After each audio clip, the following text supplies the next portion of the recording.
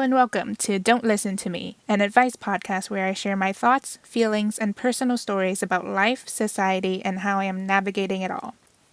Alongside that, I will also be doing an advice segment where I will answer questions sent to me directly from you.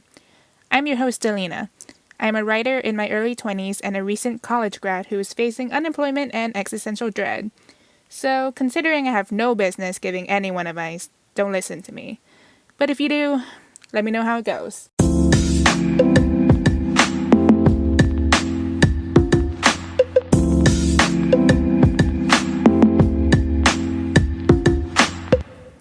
Today, I will be discussing college, specifically the college experience. Now, to provide a little background, my own college experience is very common for an American student. I approached the concept of college as another necessity that I needed to commit to after high school. I thought of it as the pathway I needed to take in order to find a sustainable career for myself. I took 2 years of community college to figure out what I wanted to do as a career. After that, I transferred to a university to hone on to the specific skills that I had wanted to utilize in my job field. I will admit that despite the stigma that is typically associated with community college, I enjoyed my experience there way more than I did in university. The community college I went to was in Dallas, Texas. It was wonderfully diverse, with people from all different countries and ages and lives, really. While I only studied the core basics of what was required of every student in Texas, it was what I learned from the people around me that made the experience wonderful. There were ambitious 15-year-olds who wanted to graduate high school and get their associates at the same time. There were equally ambitious 70-year-olds who wanted to gain knowledge of something new.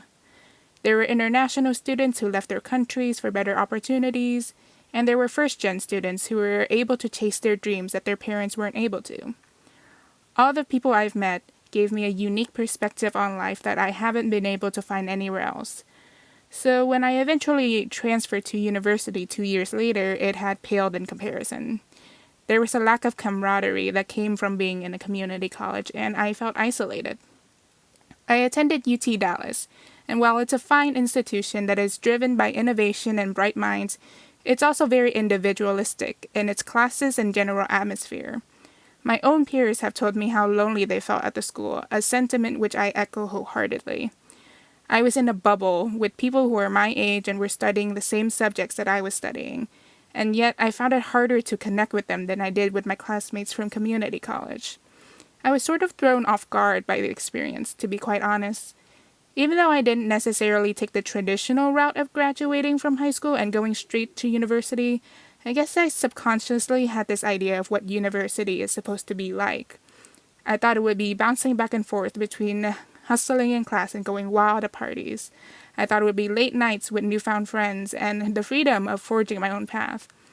And then I got there, and suddenly I'm graduating. And I had spent the whole time feeling more isolated and tired and exhausted than I had ever felt. And it's not just because of the year I spent in remote learning. While the whole pandemic had played a part in cutting my university experience short, I think I would have felt like that regardless.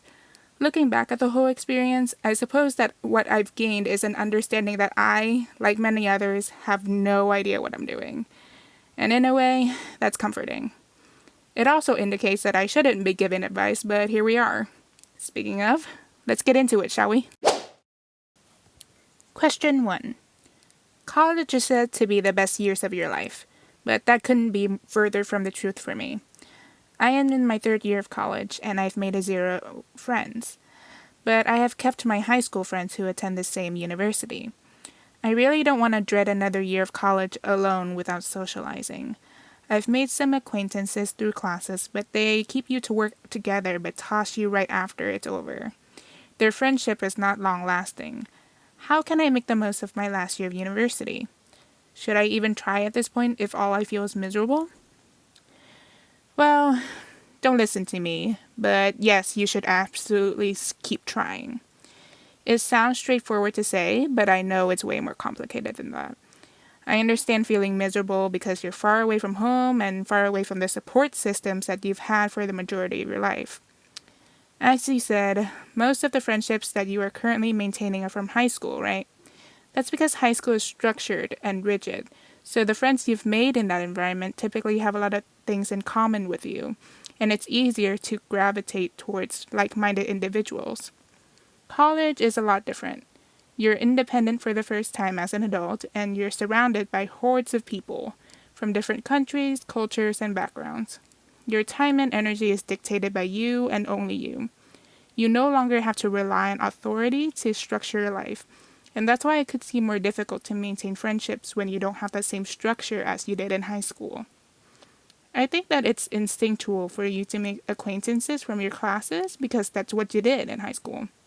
You found like-minded people through your high school clubs and extracurriculars, so you're subconsciously doing the same thing by seeking out people in your major or field of study. The thing is, those friendships tend to fall apart because life isn't just the bubble of the people in your major. It consists of people who are entirely different from you, and I think you might have a better experience in making friends if you reach out to those people. One way you can do that is to attend your university's events or join a club for something that you've never considered before.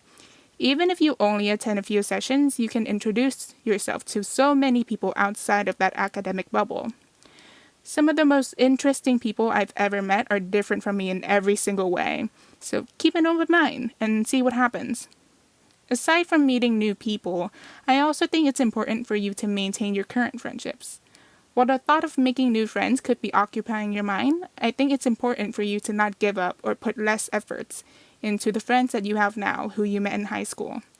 Some of those childhood friendships could last your entire lifetime, so put some care in keeping them. Lastly, I will say that socializing is a skill. It's a lifelong one that you'll be using a lot. And just like any other skill, you're not going to be perfect at it the first few times, especially when you're in a fast-moving environment like college. But the one thing that's good about skills is that you can get better at it with consistent effort. So don't beat yourself up for not making any new friends because the opportunity for you to do so doesn't stop once you graduate.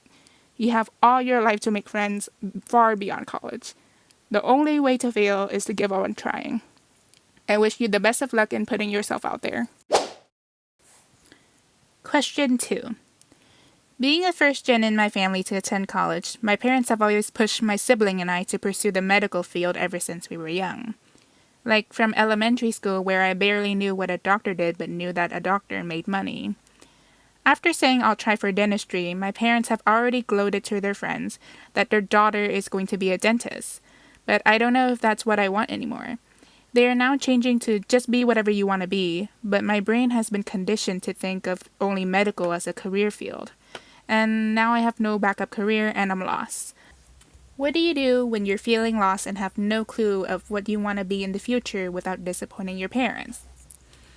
Well, don't listen to me, but I think the first step is to detach your parents from your education and career completely.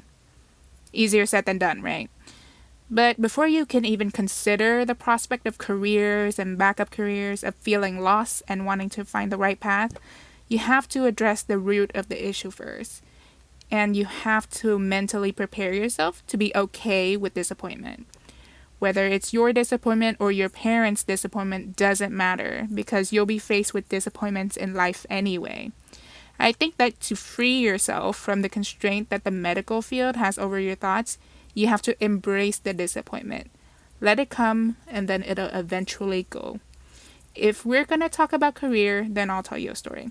I went to universities to study political science and social studies education in hopes of being a teacher. I enjoyed my major and what I got to study, but ultimately, it prepared me for a career that wasn't aligned with what I wanted. When I decided to pursue teaching, I reasoned that it was the right path for me because of plenty of reasons. It was stable, it provided a decent income that fit with my lifestyle, and it was within my skill set. I was able to do it with relative ease. Notice what these reasons have in common. They're all logical, but not a single one was rooted in passion. I eventually graduated and moved on to teaching and substituting. I quit after 10 weeks. Everyone was on me about it, asking me why I would give up after I only graduated 6 months ago, and why I had wasted my time studying if I was going to quit anyway. But I only had one reason, and it was enough. It didn't make me happy. In fact, the very career that I was striving towards was what made me incredibly miserable, to the point of concern of my parents and my doctor. So don't be like me, who realized too late that I was pursuing something that's unfulfilling to me. My main advice is to take your time and make sure you actually like what you're studying and the career that you're pursuing. Even if you have to change your major or take an extra year or two to earn your degree, it would be worth it in the long run. An extra year is minuscule compared to the rest of your life. And I would argue that it's more important to set yourself up for long-term happiness than to chase short-term praise and gloating from your parents. You don't have to be an unhappy version of someone who your parents could brag about. You just have to be the best version of yourself, whoever that may be. I hope that you can find a career path that makes you feel fulfilled and will allow you time to be yourself, away from work. Question 3. Should I attend a university for convenience even though I really don't want to go there? I am not excited at the thought of the school, and I find myself dreading the experience if I commit to it. But it's where my parents want me to go since it's a shorter distance from home and allows me to be a commuter, as opposed to the schools that I actually want to go to where I'd be dorming or renting an apartment. What should I do? Well, don't listen to me, but I think you should put yourself first. If your intuition is telling you that you'd be unhappy at this university, then you should listen to yourself. Your parents are not the ones attending the school for you, so it's important that you are the one who makes this choice. My mother always tells me it's the instinct of a parent to worry. The thing is, the worry doesn't go away ever. It doesn't go away even if you live the exact life that they want you to live, because they'll find another reason to worry anyway. So this might sound like a little cold, but let them worry. You could attend the school that they want you to, and they'll find a way to worry about something else in your life anyway. Or you could attend the school you want and let them worry about that for a brief moment. The worry's gonna be there anyway, but I would argue that having them worry about a choice you made is better than having them worry for a choice they made. It would certainly help you with not resenting them, which is more important. As for the issue of choosing which college to go to, you can go ahead and dismiss the convenient college from your mind. It's one thing to be indifferent, but if you're actually dreading the thought of going there, then don't. This isn't like high school where you're forced to stick to a schedule in a controlled environment. This is college where you'll be making most of your own choices for the first time as an adult. Don't let the first choice you make be one you regret, because that's going to set the tone for the rest of the time you spend there. If you're still conflicted, then my advice is to look for a school that you like, that is about 1 to 3 hours away. It gives you enough distance to be independent, but you also could travel home if you absolutely need to, and it would be preferable to the other school. I hope that you can get into the school that you want to. That's all for today's episode, y'all. I hope that you enjoyed the topic that we've discussed, and if you would like to send in your own questions, you can do so on Instagram by DMing at Delina Writes, or you can comment on YouTube where I will be posting all of the episodes. Thank you for listening.